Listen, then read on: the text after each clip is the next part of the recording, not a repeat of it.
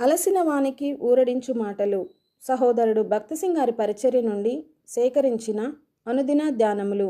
ఈ దిన భాగము నవంబరు 18 చదువుచున్నాను. ధనాపేక్ష సమస్తమైన కీడులకు మూలము. 1 తిమోతి పత్రిక 6వ అధ్యాయము 10వ వచనము. యూదా రాజైన యెహోషాపాతు దేవుని భయముతో తన పరిపాలన ఆరంభించెను.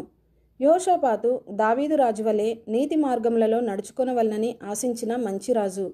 అతడు తన భక్తితో సంతృప్తి చెందక తన పరిపాలన ప్రారంభ దశలో లేవీలతో కూడా తన రాజకుమారులను యూదా పట్టణములన్నిటిలోనికి దేవుని ఆజ్ఞలను కట్టడలను బోధించుటకు పంపించెను. దేవుని మహిమపరచవలనను ఈ కోరిక వలననే దేవుడు అతనిని బహుగా దీవించెను. కానీ యెహోషాపాతు నెమ్మదిగా తన కన్నులను ఇచ్చువాని నుండి ఈవిపైకి తిప్పెను. వస్తు సంబంధమైన విషయములపైనున్న ఈ ప్రేమే క్రమేణా అతని జీవితంలో వేరుపారుటకు ప్రారంభించినది. మనము కూడా ఇటువంటి వలలో పడకుండా జాగ్రత్త పడవలెను. లోక సంబంధమైన వాటి ఎడల ప్రేమ మన జీవితంలోనికి ఎంతో యుక్తిగా ప్రాకి వచ్చును గనుక మనము దాని విషయమై జాగ్రత్త వహించవలెను. వారి దగ్గర చాలా సంవత్సరముల క్రిందట ఒక ఫ్రెంచ్ ఇంజనీరుచే టిప్పు సుల్తాను కొరకు నమూనా చేయబడి నిర్మించబడిన ఒక కోట ఉన్నది. ఈ కోట నిర్మాణము పూర్తి కాగానే ఇంజనీరు టిప్పు సుల్తాను తీసుకొని దాని చుట్టూ తిప్పెను. ఈ కోటలో ఒక భాగము దగ్గరకొచ్చినప్పుడు టిప్పు సుల్తాను అక్కడ కోటకు వెలుపల ఒక కొండ ఉండుటను గమనించెను.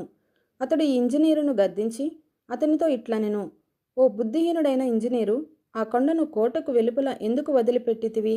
నీవు దానిని కోట గోడకు లోపలే ఉంచవలసినది. ఇప్పుడు శత్రువు ఆ కొండను ఎక్కి అక్కడ నుండి కోటపై దాడి చేసి అతి సులభముగా దానిని పట్టుకొనగలడు గదా. ఎంతో ప్రయాస, డబ్బు ఆ కోటను నిర్మించుటకు ఖర్చైనవి. కానీ ఒకే ఒక గొప్ప తప్పిదము వలన అది ఎందుకు పనికి రాకుండా పోయినది. దూరదృష్టి లేకుండా కోటను నిర్మించితినను బాధతో ఆ ఇంజనీరు ఆత్మహత్య చేసుకొనెను.